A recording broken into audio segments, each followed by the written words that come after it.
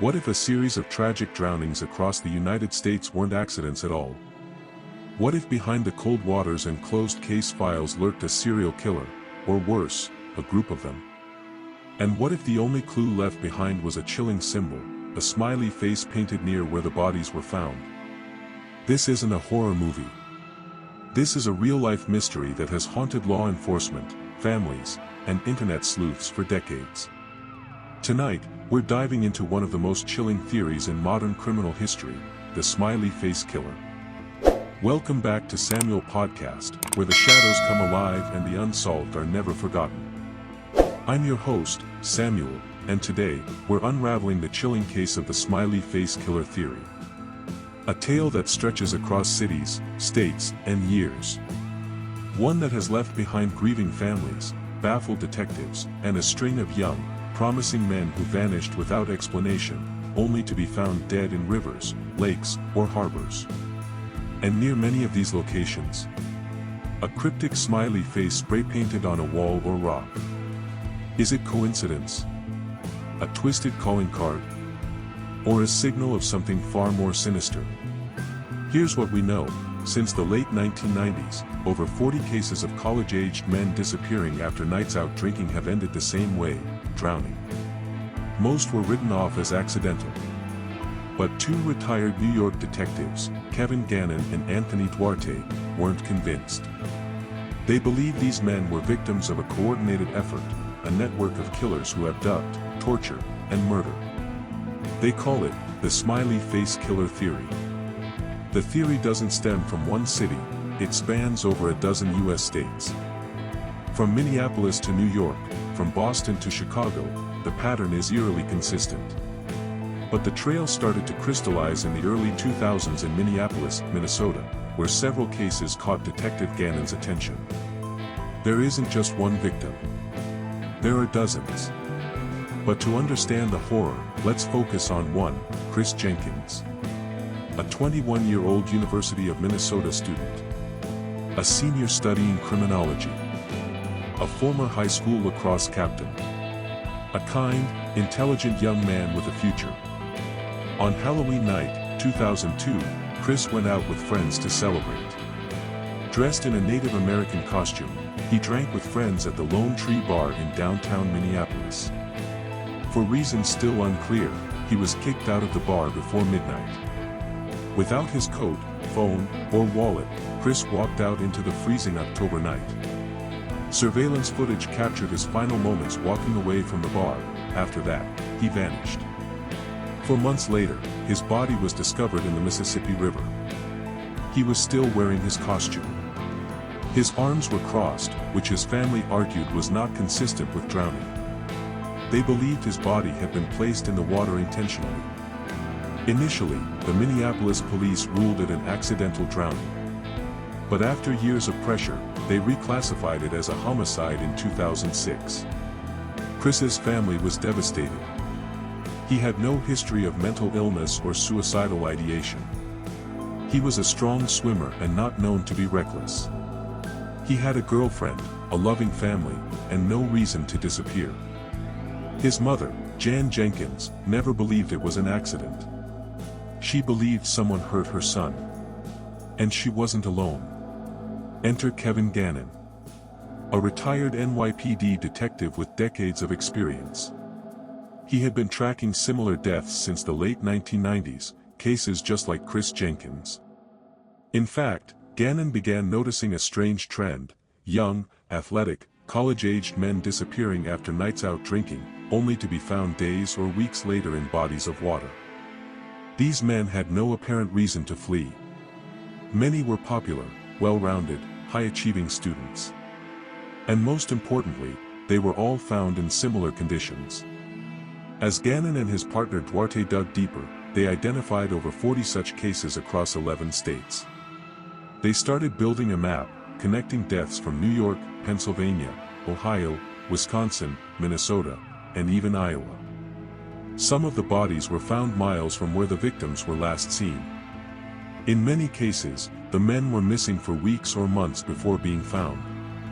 And in several of these locations, Gannon and Duarte documented the presence of spray-painted smiley faces near the water. Sometimes the smiley face was red. Sometimes yellow. Sometimes it appeared distorted, laughing, or paired with phrases like evil or sincere. The graffiti was often faded, suggesting it had been there for some time. But in enough cases, the pattern was unmistakable. To Gannon, this was no coincidence. He and Duarte formed the hypothesis: these weren't accidents. These were abductions. The men were drugged, held for a period of time, possibly tortured, and then killed. Their bodies were placed in water to erase evidence. The graffiti? A calling card. And that's when the theory took a dark turn. Gannon and Duarte proposed that these killings were not the work of a single person, but rather a network.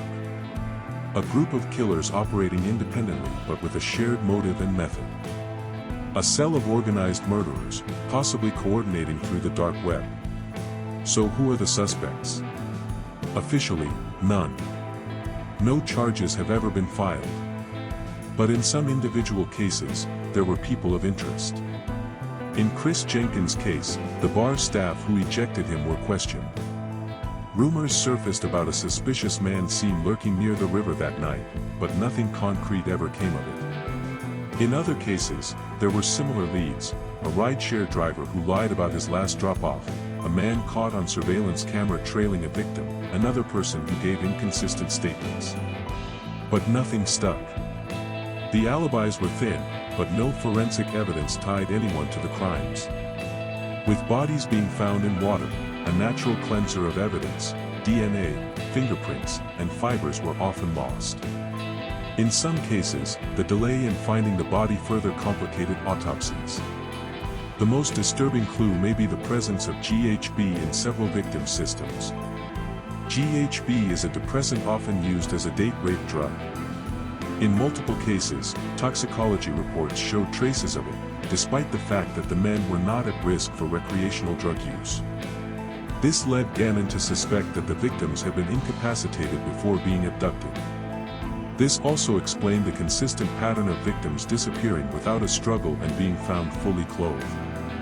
Despite the evidence, the FBI has never supported the Smiley Face Killer Theory. In 2008, they released a statement saying they found no evidence of a serial killer or killer group.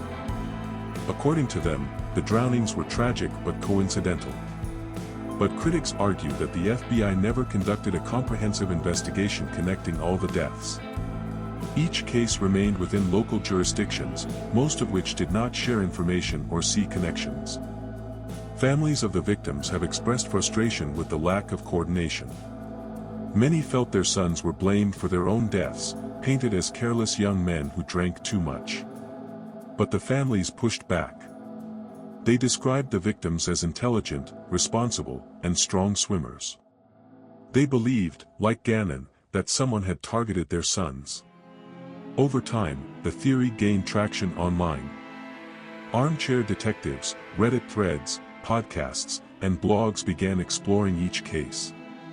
Internet sleuths started finding more possible connections, more smiley faces, and more questions. And the list of potential victims grew. Brian Schaefer, a medical student who disappeared from a bar in Columbus, Ohio, in 2006. His body was never found. Tommy Booth, found dead in Pennsylvania in 2008 after disappearing from a bar, with smiley face graffiti nearby. Dakota James, a Duquesne University graduate student who disappeared in 2017 and was later found in the Ohio River. All were young men. All vanished after nights out. And all were written off as accidents. But the truth remains elusive. So where does that leave us? We have a pattern. We have grieving families. We have unexplainable disappearances, questionable autopsies, and haunting graffiti. But what we don't have is closure. Is the smiley face killer real? Is there truly a network of predators hiding in the shadows, united by a chilling symbol and a twisted mission? Or are these just tragic coincidences, amplified by our need to find meaning in chaos? That's the question I leave you with tonight. What do you believe? Could a killer, or killers, really be hiding behind a smile? Let us know your thoughts in the comments. Have you heard of similar cases? Do you think authorities are missing something? Or is the theory simply a myth? If you found this episode chilling, thought-provoking, or worth exploring, don't forget to like, share, and subscribe to Samuel Podcast. We bring you deep dives into the dark, the unsolved, and the mysterious every week. Until next time, stay safe, stay curious, and remember, not every smile means safety. Good night.